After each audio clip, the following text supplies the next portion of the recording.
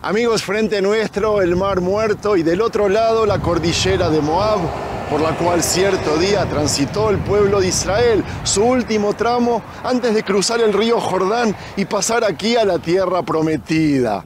La Parashá Yitro, o la porción semanal Jetro, se asemeja a un río que corre por el desierto de Judea. Ambos traen vida, dirección y renovación en medio de la aridez. Así como un río perenne desafía la sequedad del desierto y nutre todo a su alrededor, la llegada de Yitro a Moshe, a Moisés, aporta sabiduría y orden en un momento de caos, ayudando a estructurar un liderazgo más sostenible. Del mismo modo, la entrega de la Torá en el monte Sinaí es como un cauce de agua viva que atraviesa la historia, proporcionando guía y propósito al pueblo de Israel. Aunque el desierto es un lugar de prueba y desafío, el río que lo atraviesa simboliza la presencia constante de Dios y su enseñanza, asegurando que incluso en la dificultad siempre hay una fuente de vida que nunca se seca. Shalom amigos, les habla Sergio Bacari del canal Bacari Suelto en Israel. Y sí, otro sábado con la Torá en la mano, en busca de la porción Jetro, Yitro, una porción que contiene los 10 mandamientos y un montón de cosas más.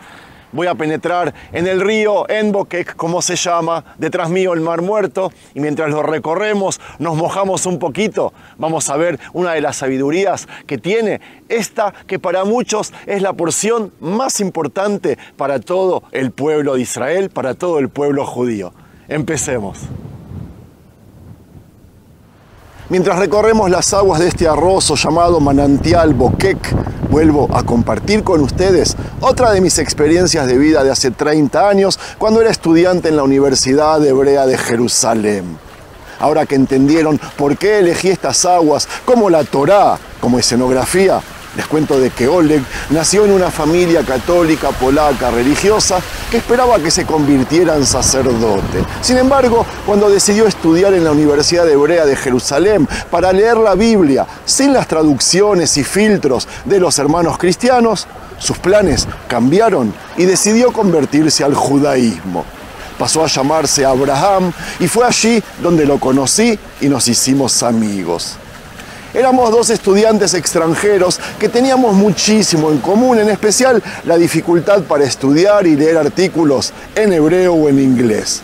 Cuando me llamó por teléfono y me dijo que quería reunirse conmigo porque tenía preguntas, yo aún no sabía que él era un converso.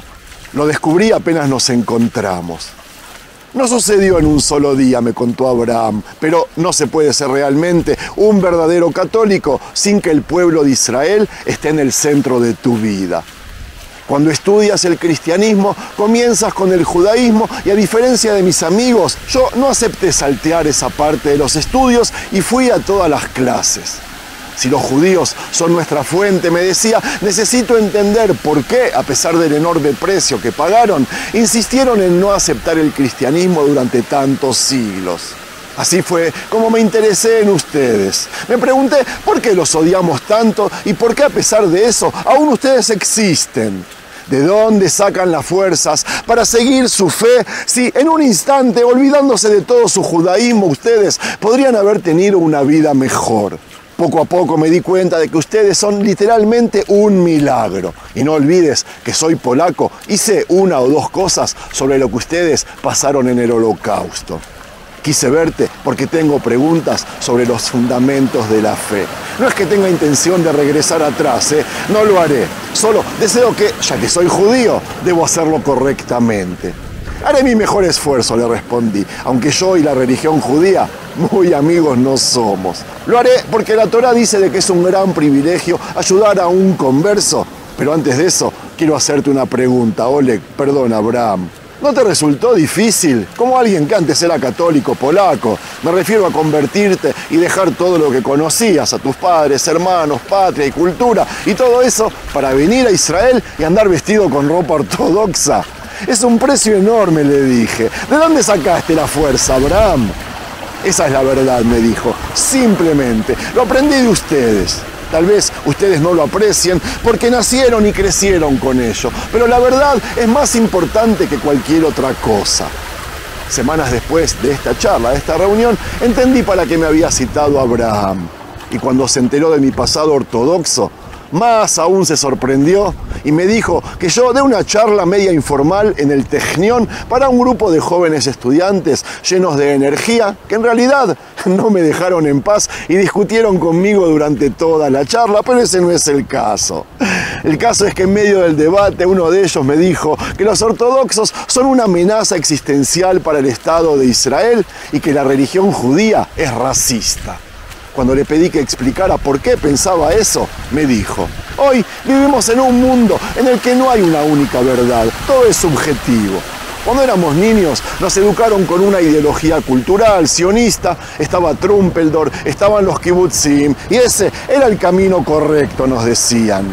Pero hoy sé que no hay una sola verdad. Los palestinos, por ejemplo, también tienen una ideología y su propia verdad. Así que cuando vienes aquí y hablas sobre la Torá del cielo y una verdad absoluta, lo es, arrogante, dogmático, impositivo, prepotente como peligroso. Y yo, amigos, en lugar de responder, les hablé sobre mi encuentro con Abraham de Polonia. Si tendrían razón, les dije, tal vez me puedan explicar qué hace que un joven académico, más o menos de su edad, que siguió un camino similar al suyo, decida levantarse y dejarlo todo solo para formar parte de este judaísmo tan peligroso. Yo creo que volverse estadounidense tendría algunas ventajas, aunque ya no es lo que solía hacer antes, Pero judío, ¿qué gana con eso? ¿Por qué lucha por unirse a un club del que ustedes mismos están tan desesperados por salir?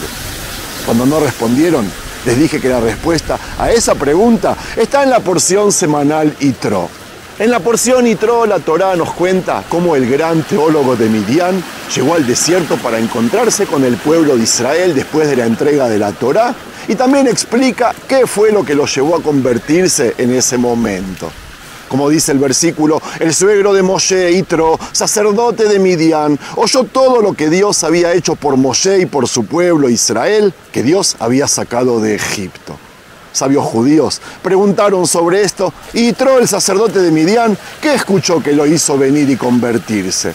Y así respondieron: escuchó sobre la guerra contra el Amalek. ¿Alguna vez se preguntaron qué tuvo de especial la guerra con Amalek? ¿Qué hizo que Yitro se convirtiera? ¿Por qué no se convirtió después de la apertura del Mar Rojo, la plaga de los primogénitos o otros milagros? Es muy simple. Yitro conocía bien al Amalek. Eran vecinos. Yitro sabía que Amalek tenía una agenda, un plan. A ellos les molestaba que existiera una verdad absoluta en el mundo. No le molestaba que la gente creyera en ídolos. Le molestaba que hubiera quienes recibieran la Torá de Dios. Ya no más Torot o leyes paganas, sino una Torá verdadera que rechaza todas las demás, decían. Le molestaba que hubiera una única verdad y que estuviera con Israel, quienes afirmaban haberla recibido de Dios. Por eso Yitro vino al desierto específicamente después de la guerra con Amalek. Si el pueblo de Israel molestaba a Amalek, significa que ellos tenían algo que amenazaba su teoría. Si el pueblo de Israel recibió la Torá del cielo, entonces se acababa la historia de no hay una verdad única, todo es subjetivo, todo es solo una narrativa y cada uno tiene sus propios ídolos en los que creer. Si hay una sola verdad, ya no hay duda. Y si no hay duda, a Amalek se le acababa el plan. Y si no tiene agenda, no tiene existencia. Y cuando una nación no tiene existencia, sale a la guerra, por lo menos en esos tiempos. También ahora. En esta porción y al final de la anterior, la Torá describe a dos naciones que salieron al encuentro del pueblo de Israel porque recibieron la Torá. Yitro vino a convertirse. Amalek vino a luchar. Yitro porque encontró la verdad. Amalek porque quiso destruirla. ¿Quieren una prueba? ¿Alguna vez se preguntaron cómo es posible que los progresistas que creen en la justicia y los derechos civiles, en la paz mundial y la protección del medio ambiente produzcan un odio tan grande contra Israel y los judíos? ¿O cómo puede ser que el 34% de los judíos de Estados Unidos crean que la actitud de Israel hacia los palestinos es similar al racismo de su propio país? ¿O que el 25% de ellos crea de que Israel es un estado de apartheid y que comete genocidio contra los palestinos? O lo más importante, ¿cómo puede ser que el 20% de los judíos estadounidenses menores de 40 años crean que Israel no tiene derecho a existir? Se permite, le dije a los estudiantes, llamarnos arrogantes. También se les permite pensar que no hay una verdad absoluta y no amar la verdad absoluta que el judaísmo representa. Pero antes deben saber dos cosas. Una, que no eran originales. No inventaron el progresismo. Amalek ya detestaba la verdad absoluta apenas había descendido del cielo. Y dos, que en un mundo progresista y relativo, donde no hay una verdad absoluta, tampoco hay lugar para el pueblo de Israel como entidad nacional. Y esa fue la respuesta que le di tanto a aquellos estudiantes en el Technion, la Universidad de Haifa, como a todos los judíos de Estados Unidos y de toda la diáspora. Amigos, la verdad es de que el eco del desierto siempre guarda los secretos de quienes caminaron por sus senderos antes de que nosotros. Y estas aguas de En Bokek, que fluyen por siglos, son testigos de historias de fe, lucha y redención. Mojándome al caminar entre susurros de brisa y agua, les conté la historia de Oleg, el joven que un día dejó atrás todo lo que conocía para abrazar una verdad que lo llamaba desde lo más profundo de su ser. Abraham no nació judío. Su historia comenzó en las iglesias de Polonia, en los rezos de una familia que soñaba con verlo convertido en sacerdote. Pero su alma buscaba más. Su viaje lo trajo a la tierra donde todo comenzó, a las letras originales de la Torá, a la esencia sin filtros ni traducciones.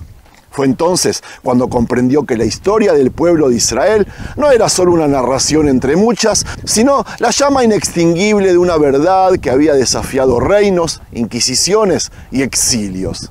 Pero la verdad tiene un precio. Abraham pagó el suyo con soledad, con distancias irreparables y con sacrificios que pocos estarían dispuestos a hacer. Y sin embargo, no titubeó. Lo aprendí de ustedes, dijo. Y aquí estamos, en este manantial, donde las aguas fluyen con la misma convicción con la que Abraham caminó hacia su destino. ¿Es peligroso sostener una verdad absoluta en un mundo donde todo parece relativo? Tal vez, pero en la historia del pueblo de Israel, cada generación ha tenido que decidir si aferrarse a su identidad o disolverse en el río del olvido. Como dijo el sabio Yitro cuando decidió unirse al pueblo de Israel, ahora sé yo qué grande es el Dios de Israel por sobre todos los dioses, ya que ellos actuaron con perfidia contra ellos. Amigos, Abraham encontró su verdad en las palabras de la Torá. Yitro encontró la suya al ver la lucha entre Israel y el Amalek. Tal vez la pregunta no es si hay una verdad absoluta, sino si estamos dispuestos a buscarla sin miedo a lo que podamos encontrar. Las aguas siguen en curso, como vemos, y yo quiero que cada uno escuche su murmullo y encuentre en él su propia respuesta. Los dejo un ratito y después una conclusión.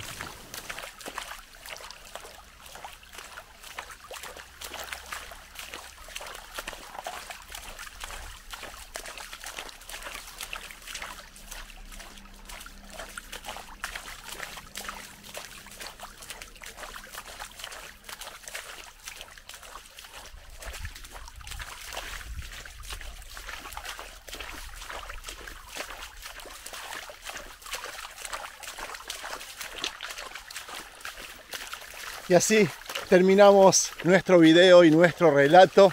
¿Qué me dicen del lugar? Maravilloso, ¿verdad? Amigos, si les gustó el material, no se olviden de hacérmelo saber por medio de un me gusta, comentarlo, compartirlo y suscribirse al canal. A ustedes no les cuesta nada. Para mí vale oro. Shalom.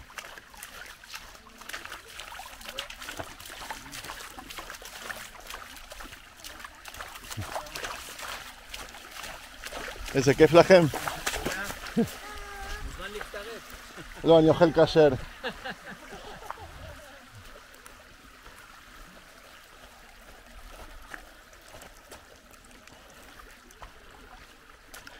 Esto es Israel, amigos. Esto es Israel. Acá una familia que no me conoce me saludó y me dijo de que me una a ellos a comer. Yo les dije de que no porque respeto el kosher. Obviamente en broma los vi que ellos son religiosos. Pero bueno. Amo mi país, amo mi tierra, amo mi pueblo. Ahora sí, shalom amigos, no, con esta mano.